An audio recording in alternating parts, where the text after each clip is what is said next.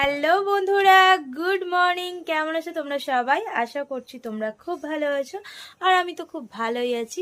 সুজয় হেমদি চ্যানেলে তোমাদেরকে স্বাগত জানিয়ে শুরু করছি আজকে একটা নতুন ব্লগ। তো তোমরা দেখতে থাকো, আশা করছি তোমাদের খুব ভালো লাগবে। তো এখন টাইম হচ্ছে সকাল 7:30 বেজে গেছে, আর আমি সোহমকে এই মাত্র স্কুলে দিয়ে বাড়িতে এসেছি, এসে ড্রেস চেঞ্জ করে নিয়েছি। আর বাসি বিছানা কিন্তু এখনো পড়েই আছে, দেখতেই পাচ্ছ। এই মাত্র স্কুল থেকে এলাম, এসে ড্রেস চেঞ্জ করলাম, আর এবার বিছানাপত্রগুলো সব ক্লিন করব, একে একে কাজকর্মগুলো করব। তো যেহেতু আমাকে আনতে যেতে হবে না, কোনো চাপ নেই তাড়াহুড়ো করে যাওয়ার, এখন থেকে করতে শুরু করব। আর সকালে একটা বড় ঘটনা ঘটে গেছে, সেটা তোমাদের সাথে শেয়ার করি। আমি গেছিলাম নিচে বাথরুমে ফ্রেশ হওয়ার জন্য, তো বেরিয়ে দেখছি একটা খুব বড় একটা সাপ তোমাদের দাদাভাইয়ের বাইক, আর আমার দাদাভাইয়ের বাইক যেখানে থাকে ওর নিচে পুরো ঢুকে গেছে। তো আমি এসে যতই ভয়ে তো একদম কি বলবো, খুব ভয় পেয়ে গেছিলাম। এসে তোমাদের দাদাভাইকে আর বাবা মাকে সবাইকে ডাকলাম। ওরা গিয়ে আবার নিচে সাপটাকে বের করার প্রচুর চেষ্টা করলো, বেরোচ্ছিল না। তারপর দু একবার মানে ওর গায়ে মারতে তারপর বেরিয়েছে। তো সাপটা বাইরে এখনই মানে পড়ে আছে, এখনো আঘাত লেগেছে, পড়ে আছে এখনো। তো যাই হোক, এইরকম অবস্থা বর্ষাকালে কিন্তু খুবই মানে রিস্কের ব্যাপার। নিচে যা আমাদের যে গেটটা আছে না, ওই গেট দিয়েই ঢুকে গেছিলো। তো এরকম হয়, আগের বারেও একবার ঢুকেছিল। নিচে থাকাটা মানে খুব রিস্ক, ভয়ের। ভয় বলতে সাপটা সেরকম বিষাক্ত কিছু না, নর্মাল যে সাপগুলো হয় সেই রকমই, কিন্তু সাপ তো তাও ভয়ের তো ব্যাপার হবেই। তো যাই হোক, চলো, এই হচ্ছে ঘটনা ঘটেছে। সকালে সবারই তাড়াতাড়ি ঘুম ভেঙে গেছে এই একটাই কারণে। তো চলো, এখন আমি বাইরে যাব, বিছানাপত্র ক্লিন করব, তরকারি করব, প্রচুর কাজ। তোমরা সঙ্গে থাকো, দেখতে থাকো, আশা করছি তোমাদের ভালো লাগবে।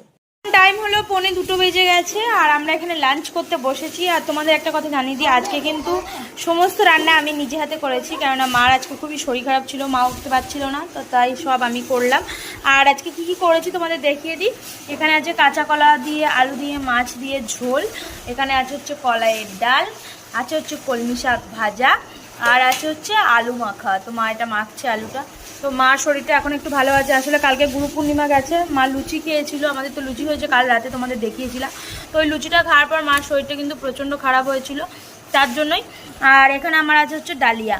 তো এটাই আমাদের আজকে লাঞ্চ মেনু। আর অনেকটাই বেলা হয়ে গেছে, চারিদিকে কিন্তু মেঘ করেছে প্রচুর পরিমাণে। আমি খেয়ে নিই, তারপর ছাদে গিয়ে তোমাদের হয়তো দেখাবো কেমন মেঘ করেছে না করেছে। তো চলো, এখন আমরা খাওয়া দাওয়াটা কমপ্লিট করে নিই।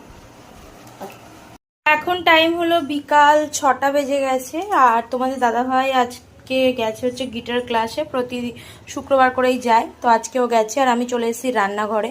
এখানে দেখতে পাচ্ছ চাউমিনটাকে সিদ্ধ করে নিয়েছি, এখানে ডিমও ভেজে নিয়েছি, এরকম।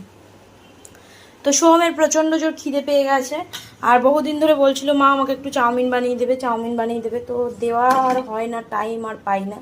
তো সেই জন্যই, আর স্কুলে টিফিনেও আগে চাউমিন দিতাম, এখন সময়ের অভাবে সেটাও দেওয়া হয় না।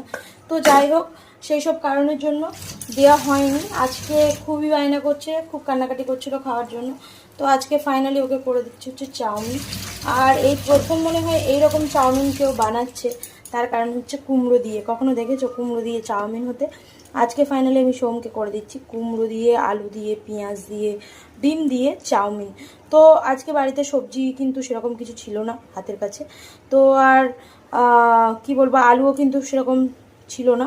তো দুটো ছিল, সেই দুটো দিয়েছি, আর কুমড়ো ছিল ঘরের মধ্যে। তো সবজির মধ্যে কুমড়োটাই দিয়ে দিয়েছি সোমের জন্য। তো আর পেঁয়াজ কেটে নিয়েছি। তো ব্যাস, এটাই হচ্ছে সোমের চাউমিন। তো দেখতেই পেলে এইরকম প্রথম বানাচ্ছি হচ্ছে কুমড়ো দিয়ে, আলু দিয়ে চাউমিন।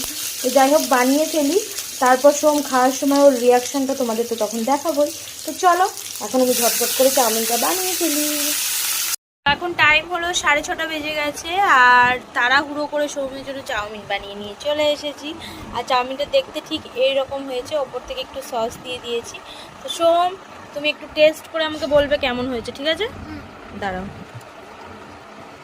তো সোম একটু জাস্ট একটু টেস্ট করে আমাকে বলো কেমন হয়েছে। ভালো, সুপার। কতটা ভালো? অনেকটা ভালো মা। তো শুনতেই পেলে চাউমিন।